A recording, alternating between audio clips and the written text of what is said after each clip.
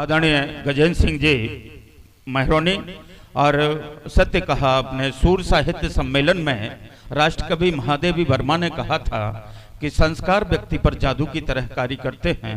अगर व्यक्ति के संस्कार मजबूत हैं तो विश्वास मानिए विश्व की किसी भी चुनौती का वह सामना कर सकता है। मैं बड़े सम्मान के साथ आमंत्रित कर रहा हूं श्री जय सिंह जी नाराहट के लिए।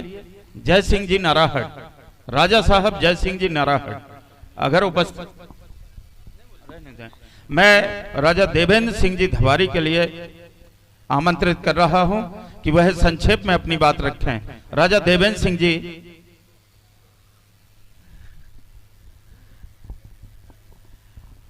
आइए। और आप सभी के बीच एक उपस्थिति रजिस्टर चल रहा है। मैं चाहूंगा सभी लोग अपनी उसमें उपस्थिति जरूर देते रहें, अपना नाम पता मोबाइल नंबर जरूर अंकित करते रहें उसमें। आइए कुंवर साहब, आपका बहुत बहुत स्वागत है, अभिनंदन। श्रद्धेय मां सरस्वती, हमारे इष्ट प्रभु श्री रामचंद्र जी और भवानी माता, इसके अलावा सम्मानित मंच एवं उपस्थित सभी महानुभाव, आज इस विजयदशमी के पावन पर्व पर क्षत्रिय दशहरा मिलन समारोह में पधारे समस्त क्षत्रिय बंधुओं को एक चीज की सूचना देते हुए बड़ा हर्ष हो रहा है कि हमारा जो गांव है धवारी, उसमें प्रभु श्री रामचंद्र जी का जो मंदिर का निर्माण है वो बहुत तीव्र गति से हुआ है और छोटे बच्चों से लगा करके पूरी हर समाज का सहयोग मिला और आज उस स्थिति में वो मंदिर पहुंच चुका है कि उसका लेंटर हो चुका है। और सभी क्षत्रिय बंधुओं से निवेदन है कि अपने अपने गांव में एकता हेतु कोई भी एक धार्मिक संस्कार आयोजन करें, जिससे हमारी जो नई पीढ़ी है उनमें धार्मिक संस्कारों का उद्भव हो। सभी से करबद्ध निवेदन करते हुए मैं अपनी वाणी को विराम देता हूं। जय हिंद, जय भारत, भारत माता की जय। हर अभिनंदन कुंवर साहब और आपके ग्राम धवारी के उन समस्त पुरुषार्थी जनों की पुण्य भावनाओं को मैं प्रणाम करता हूं जिनने प्रभु श्री राम का मंदिर सर्व समाज के सहयोग से निर्मित किया है। और मैं आशा करता हूं कि धवारी एक और अयोध्या साबित होगी। आइए, मैं सम्मानित श्री रोशन सिंह जी के लिए आमंत्रित करता हूं कि वह आए और अपने विचार रखें। सम्मानित श्री रोशन सिंह जी।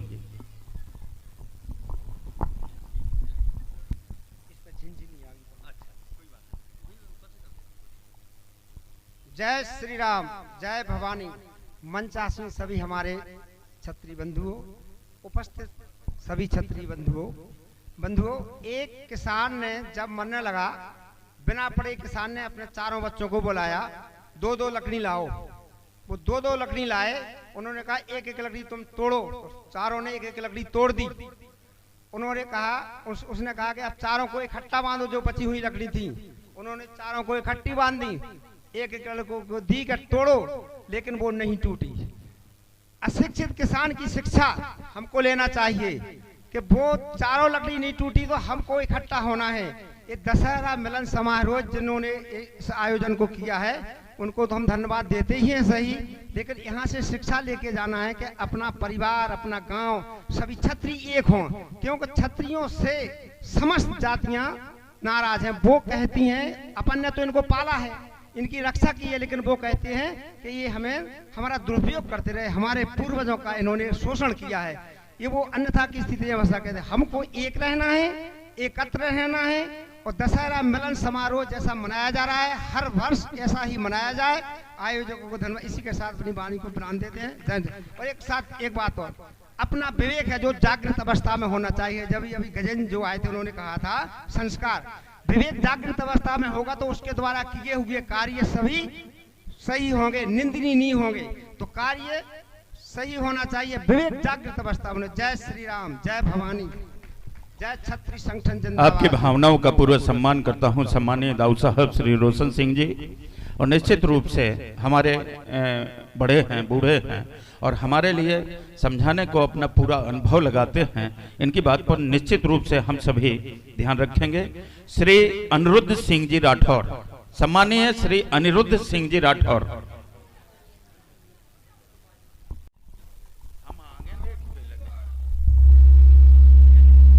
बहुत बहुत आभार, अभिनंदन। और मैं आपको निश्चित कर दूं और स्पष्ट कर दूं कि यहां से हमें 3:30 बजे निकलना है, रामलीला प्रांगण में पहुंचना है, रामलीला मैदान में पहुंचना है, देवी जी मंदिर और रामलीला मैदान, वहां से फिर हमारा चल समारोह प्रारंभ होगा। पहले देवी जी के दर्शन करेंगे, फिर रामलीला प्रांगण से हमारा चल समारोह प्रारंभ होगा, शोभा यात्रा प्रारंभ होगी। मैं स्पष्ट रूप से फिर बता दूं आपको कि 3:30 बजे हम यहां से चलेंगे। हमें एक कतार में चलना है, अलग अलग हमें जाना नहीं है। देवी माता के हम दर्शन करेंगे, रामलीला प्रांगण से हमारी शोभा यात्रा या दशहरे की शोभा यात्रा और यह विजय जुलूस प्रारंभ होगा।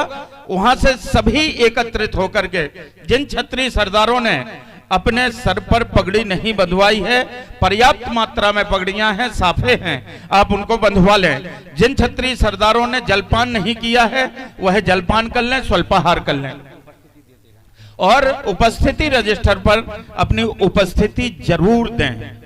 मैं बड़े सम्मान के साथ आमंत्रित कर रहा हूं सम्मानीय श्री राम कृपाल सिंह जी मास्टर साहब के लिए कि वह हमें संबोधन भी दें और अपने अनुभवी दृष्टिकोण से सभी का मार्गदर्शन करें।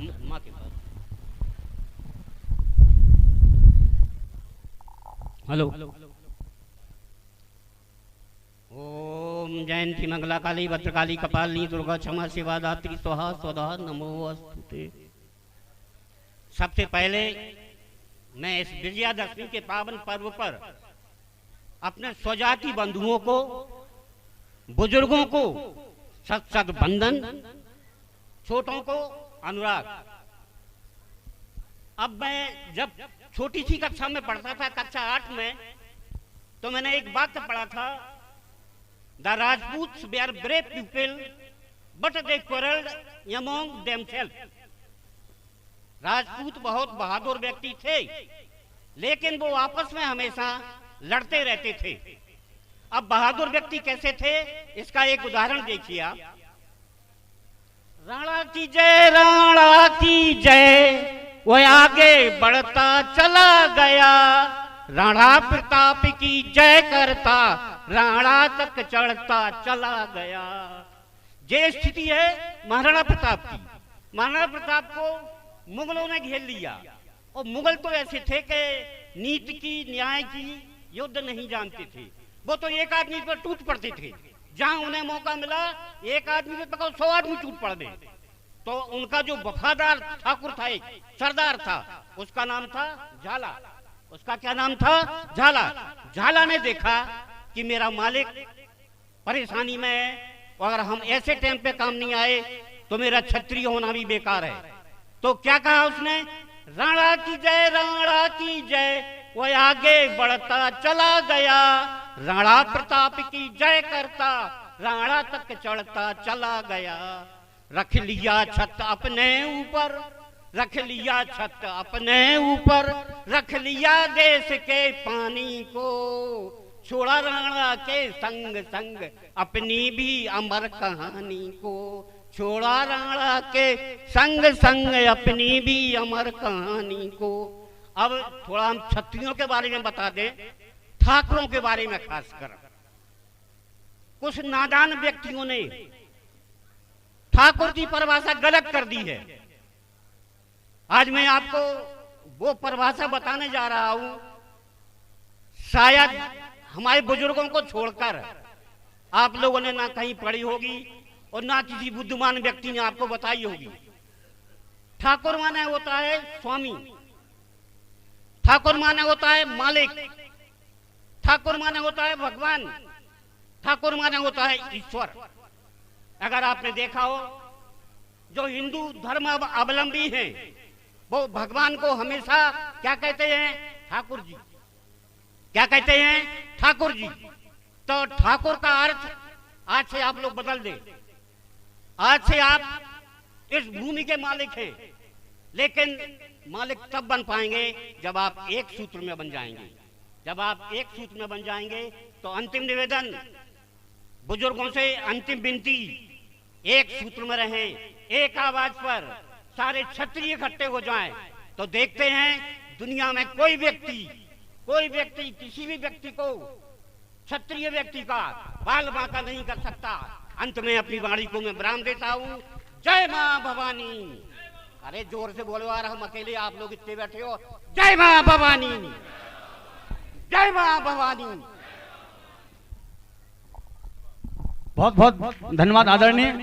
क्षमा भाव रखें मन में, क्षमा भाव रखें मन में। यहाँ कदम कदम पर भूल होती है, यहाँ कदम कदम पर भूल होती है।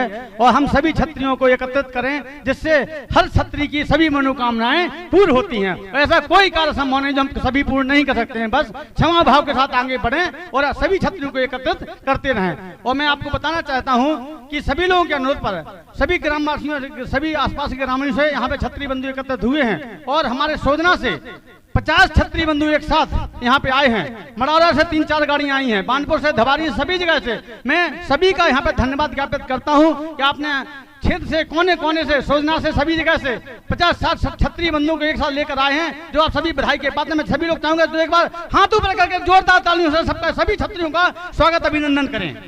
भारत माता की, बोल जगदम्बा माई की, बोले राम राजा सरकार की। एक बार हमारे आप सभी दाहिनी ओर देख रहे होंगे, ये हमारे क्षत्रिय जो है सरदार हैं, जिनमें हमारे राजन सिंह, छोटू सेंगर और दिनेश सिंह, इनके द्वारा यह अखाड़ा तैयार किया गया। निश्चित रूप से बहुत अच्छी मेहनत करते हैं ये छोटे छोटे बच्चे और हमारी वीरांगनाएं जो है बालिकाएं, इनने बहुत अच्छे तरीके से अपने आप को तैयार किया है। तलवारबाजी, लठबाजी, इन सब में ये पारंगत हैं बच्चे।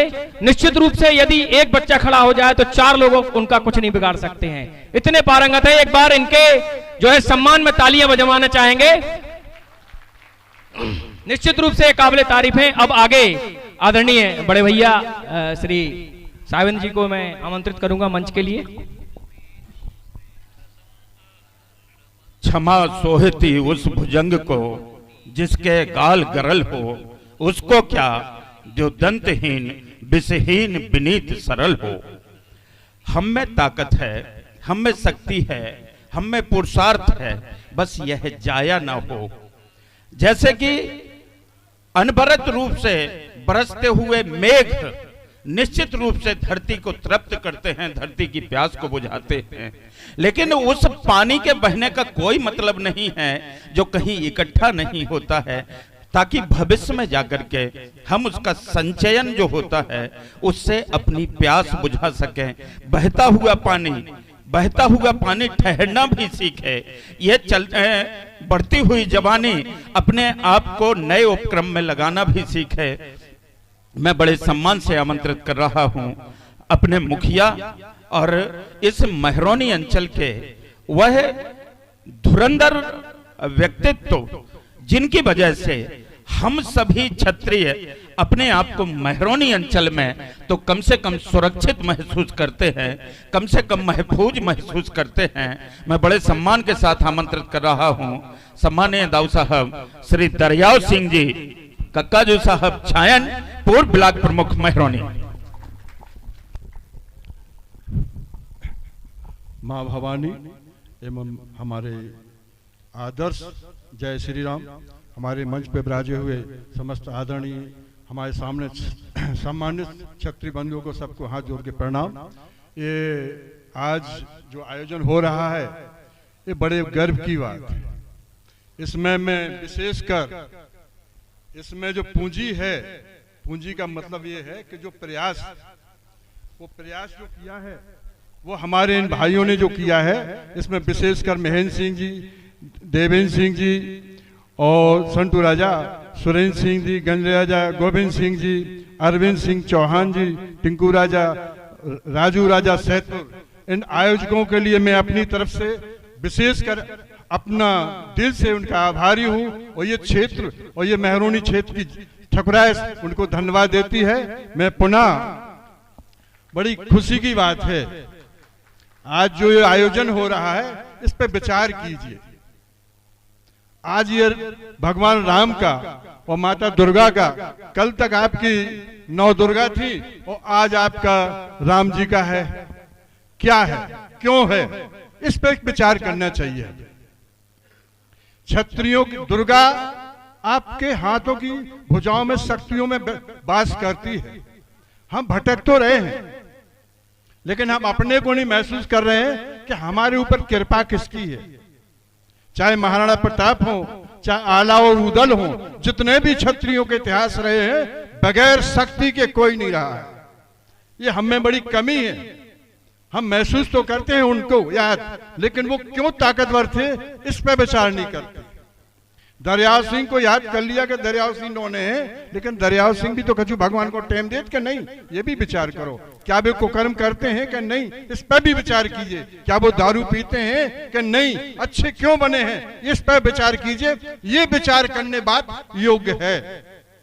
मैं विशेषकर अब मैं लंबी कहानी नहीं सुनाऊंगा आपको। चाहे महाराणा प्रताप जी हो, चाहे मैंने कह भी दिया कि बहुत बहुत बड़ी शक्तिशाली रहे हैं, वो उनके कारण रहे हैं, उनके साथ शक्तियां थी। वो दुर्गा उपासक थे। क्षत्रियों को भी दुर्गा की पूजा करना चाहिए। ये खाली बातें से काम नहीं चले कि हम ताकतवर तो हो जाएं और हमारे लगा पूंजी कछु नहीं। पूंजी का मतलब ये, एक पूंजी तो पैसा होता है, एक धन होता है, एक धर्म होता है। आप पहले जब तक धर्म आपके पास नहीं रहेगा, जब तक धन आपका काम का नहीं है।